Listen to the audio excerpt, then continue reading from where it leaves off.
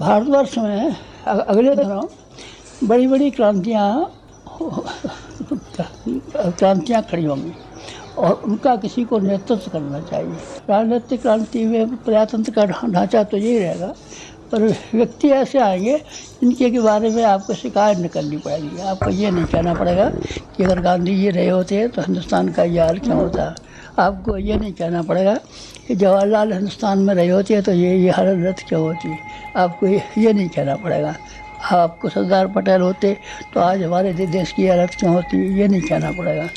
ये राजनीतिक भी ढांचा हमारा ऐसा बनेगा, ऐसा सुंदर बनेगा कि जिसको देख करके दुनिया ये कहे कि ऐसा ढांचा तो कहीं भी नहीं है, कि किसी भी देश में नहीं है। और क्या करना है, सारी की सारी कमज़ोरियाँ हमारी सामाजिक है।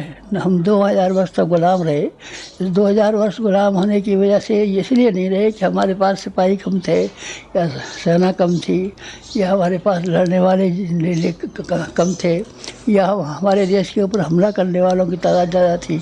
नहीं, ये बात नहीं थी। केवल एक ही बात थी कि हमारा सामाजिक ढांचा इतना कमज़ोर था कि उसकी वजह से हम ज़्यादा होते हुए भी कमाने वालों से भी के बीते निकले और 2000 वर्ष तक गुलाम रहे। 2000 वर्ष तक कोई मुल्क गुलाम नहीं रहा है। जापान गुलाम हुआ, इटली गुलाम हुआ, जर्मनी गुलाम हुआ, कई को पिछले विश्व युद्धों में गुलाम होना पड़ा है। और इतने लंबे समय तक 2000 वर्ष तक कौन गुलाम रहा है, कोई नहीं रहा है। तो क्या कारण था इसका? एक कारण था कि हमारी सामाजिक परिस्थितियाँ बड़ी कमज़ोर थी। सामाजिकता की दृष्टि से हम बड़े छिन्न भिन्न थे, अस्वस्थ थे। सामाजिक क्रांति होगी, 100% सामाजिक क्रांति होगी। आप विश्वास रखिए, आप यकीन मानिए कि जिन कमज़ोरियों की वजह से हिंदुस्तान दुर्बल हुआ था वो सारी की सारी कमज़ोरियाँ दूर होकर के रहेंगी। हमारे यहाँ स्त्रियों को घूंघटों में, पर्दों में बंद करके रखा जाता है। तो 70 करोड़ में से 35 करोड़ रह गए। 35 करोड़ तो ऐसे हैं जो एक तरीके से डिब्बे में चिड़िया जिस तरह बैठी रहती है, बकरी बाड़े में बंद बनी रहती है, ऐसी स्थिति है। ये क्रांति बदल जाएगी। स्त्रियाँ पुरुषों के कंधे से कंधा मिला के काम करेंगी और देश को उठाने में पूरा योगदान देंगी। ये क्रांति होगी हमारी सामाजिक क्रांति।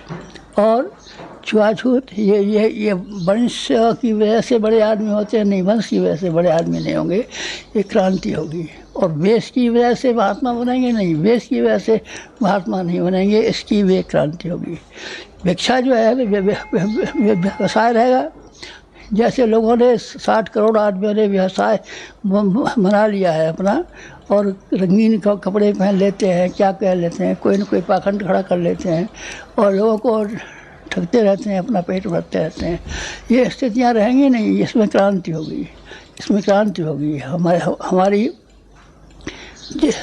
जात वंश परंपरा में समानता आएगी। हमारी स्त्री और पुरुषों के बीच में समानता आएगी। हमारे देश में संत तो होंगे, पर कोई ये आवश्यक नहीं है कि वो पेशेवर हों, भिक्षा व्यवसाय करें तभी हो। जैसे आप में से भी संत हो सकते हैं, आप में से भी महात्मा हो सकते हैं। और कौन सी क्रांतियाँ होंगी? समाचार पत्रों में क्रांति होगी, फिल्मों में क्रांति होगी, साहित्य में क्रांति होगी, शिक्षा में क्रांति होगी, और मजदूरी में भी क्रांति होगी, बेरोजगारी में भी क्रांति होगी। आज तो बड़े बड़े मिल और बड़े बड़े उद्योग सारे का सारा पैसा अपनी जेब में रखे हुए हैं और लाखों आदमी, करोड़ों आदमी बीमार पड़ रहे हैं। शिक्षा की भी, उसकी भी, उद्योग धंधों की भी ऐसी क्रांति होगी कि बड़े शहर कस्बों में बदल जाएंगे और गांव कस्बों में बदल जाएंगे। बीच की इकाई कस्बों के रूप में होगी। ये बातें हो जाएंगी, बिल्कुल हो जाएंगी। आप यकीन रखिए, मैं कहता तो हूँ आपसे। जो बहकाता हूँ आपको, नहीं बहकाता नहीं। जो मुझे प्रत्यक्ष आँख से दिखाई पड़ रहा है, केवल उसी का जिक्र कर रहा हूँ आपसे, और कोई बात नहीं कह रहा।